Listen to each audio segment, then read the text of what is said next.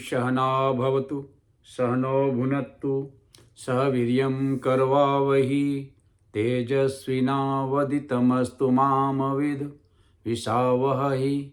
ओम शांति शांति शांति।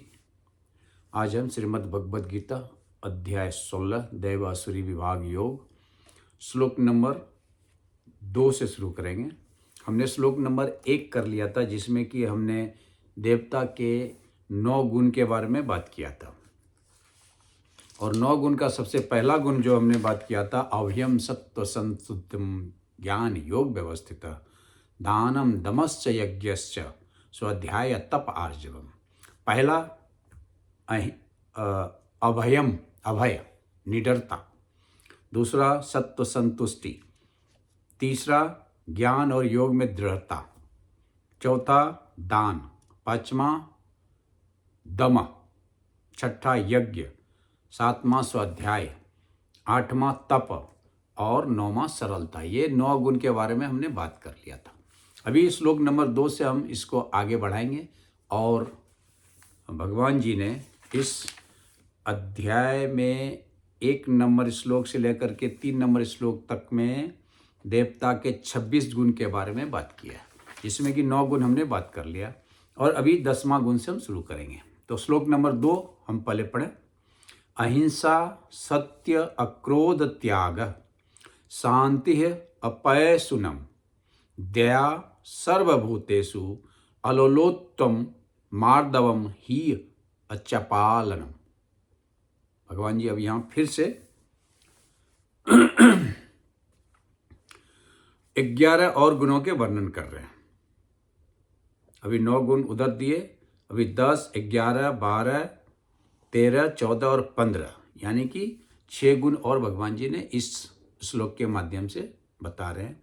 पहला अहिंसा, सत्य, अक्रोध, त्याग, शांति, निंदा नहीं करना, अपैशुनम, दया सर्वभूतेषु सभी जीवों में दया, अलोलुत्वम मतलब लिप्त नहीं होना, डिटैच्ड, मार्दवम मतलब कोमल, हीय मतलब सुशील और अचापलम मतलब छिछोरापन से रहित गंभीर होना। ये 6 बातें किया।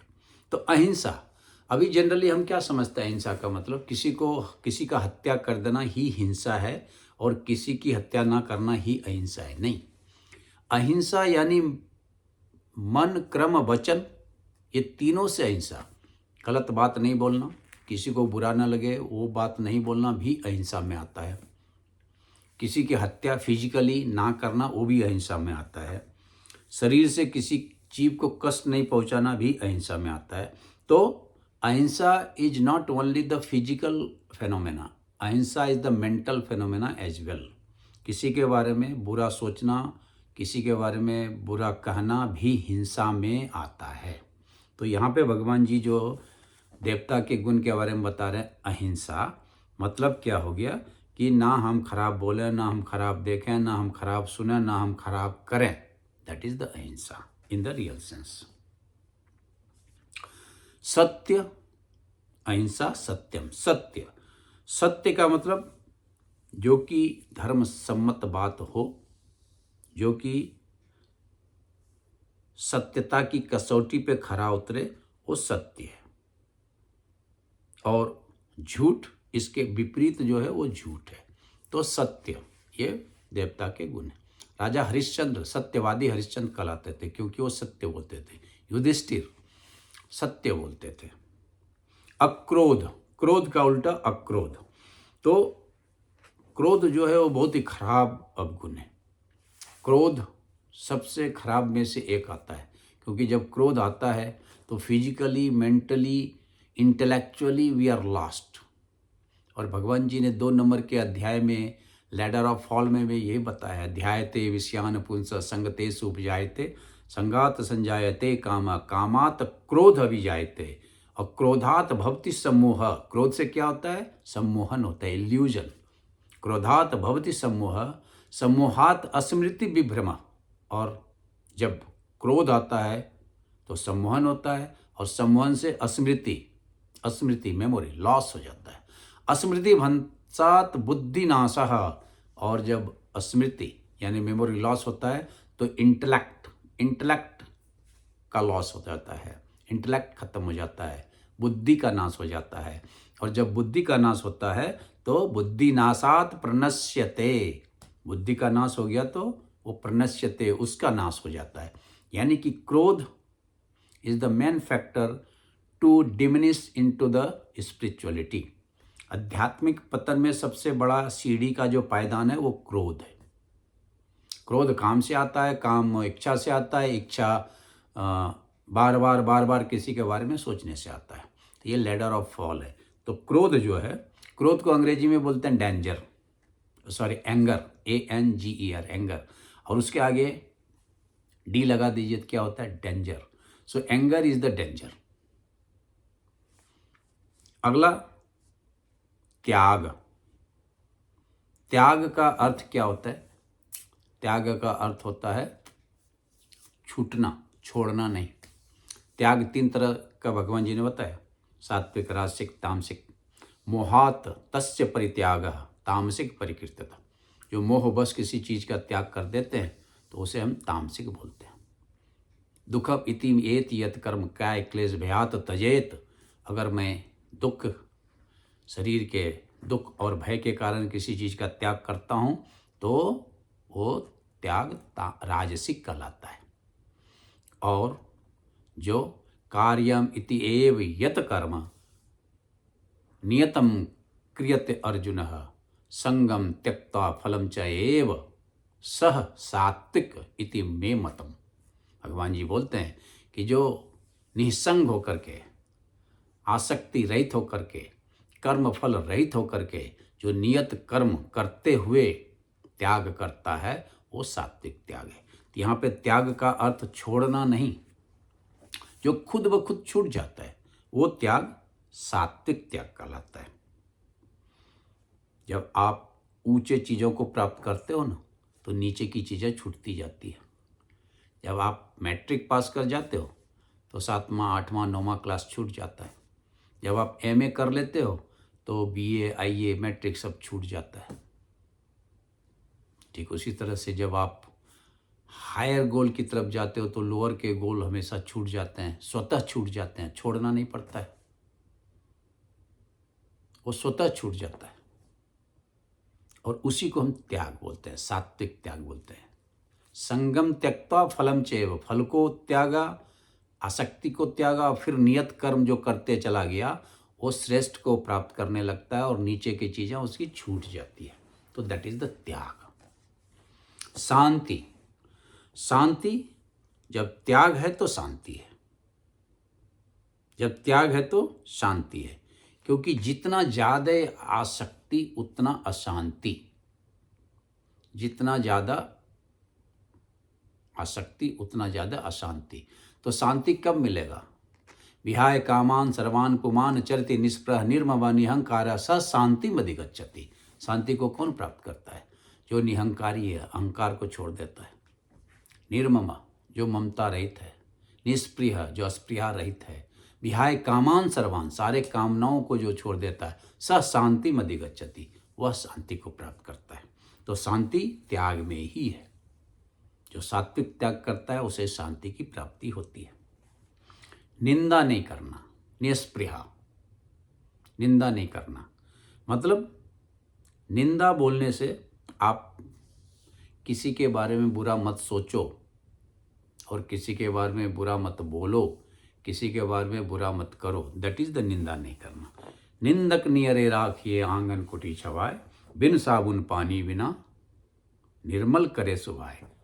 कबीर जी बोलते हैं कि निंदक को हमेशा अपने पास रखिए क्योंकि वो आपको, आपके मन को, आपके चित्त को बिना साबुन और पानी का ही साफ कर देगा। उसके बाद दया सर्वभूतेषु, सभी जीवों से, सभी जीवों के प्रति दया का भाव रखना। दैट इज द, सभी जीवों से दया। ये भी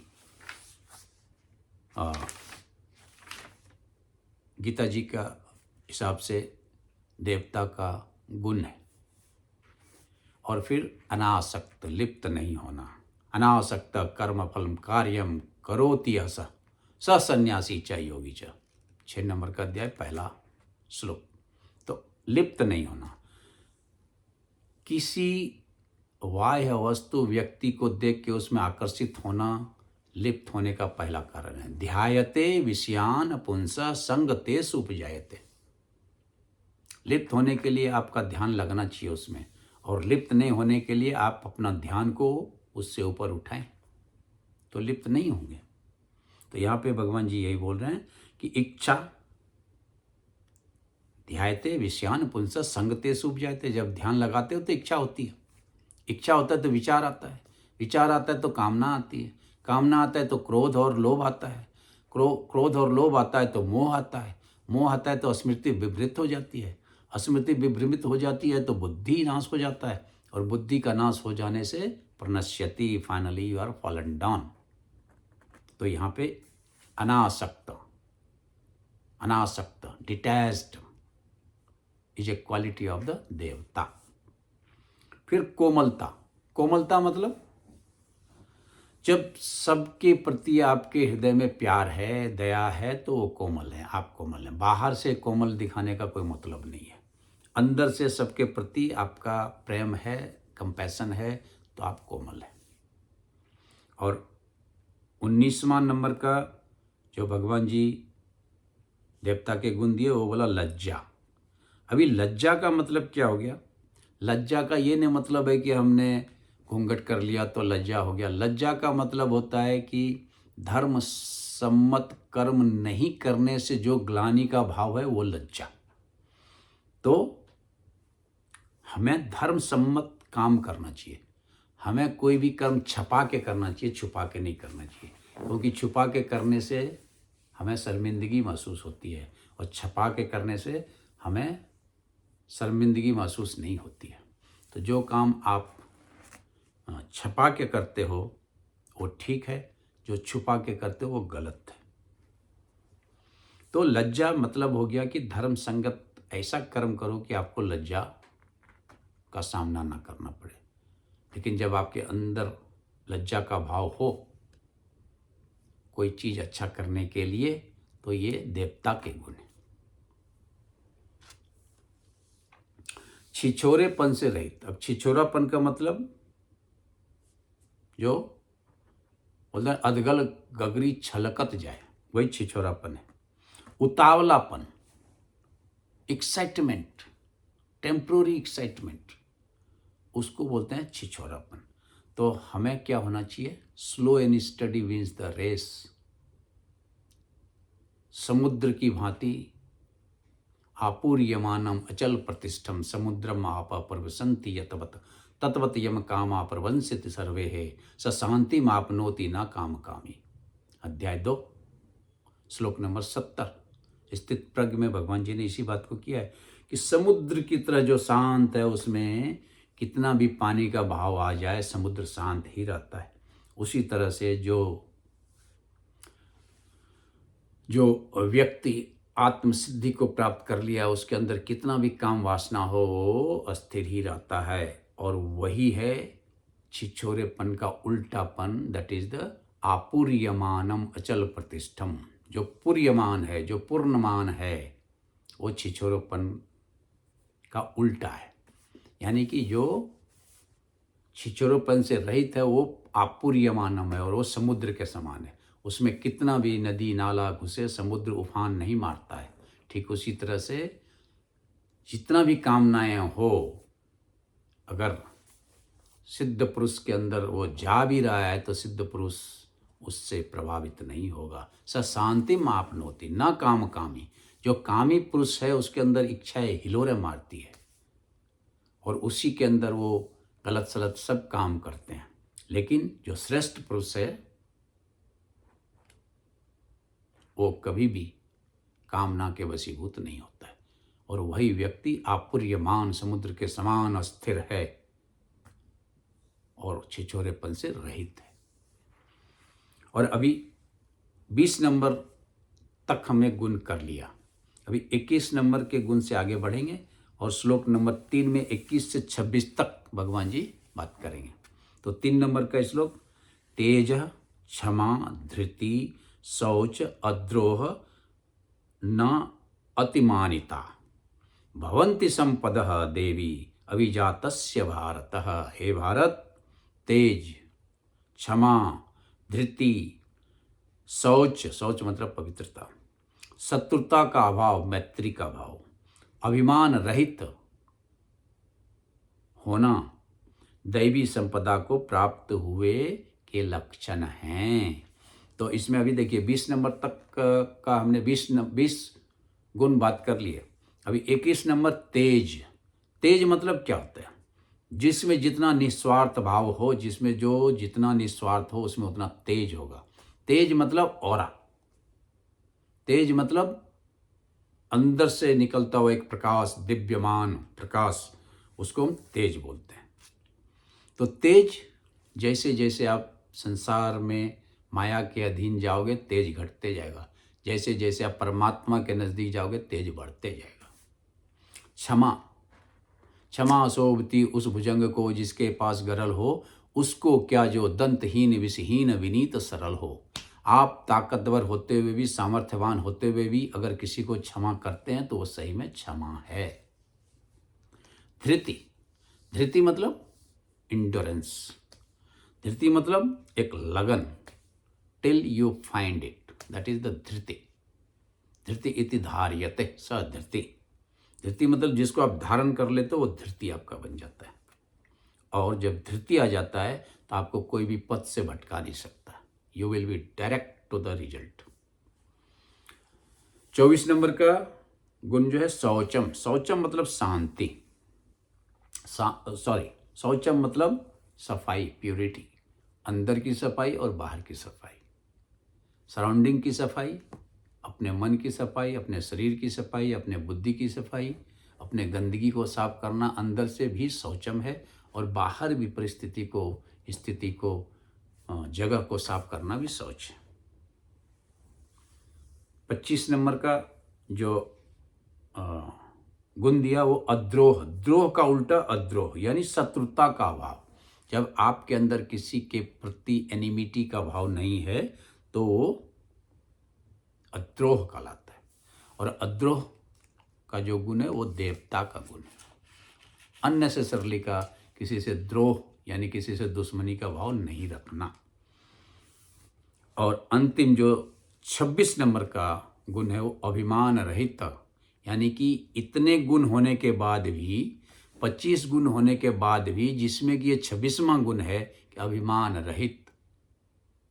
सारे गुण हैं फिर भी अभिमान रहित। हनुमान जी, सकल गुण निधानम वानरानाम अधीशम रघुपति प्रिय भक्तम वात जातम नमामि। सारे गुण हैं हनुमान जी में, फिर भी वो क्या है?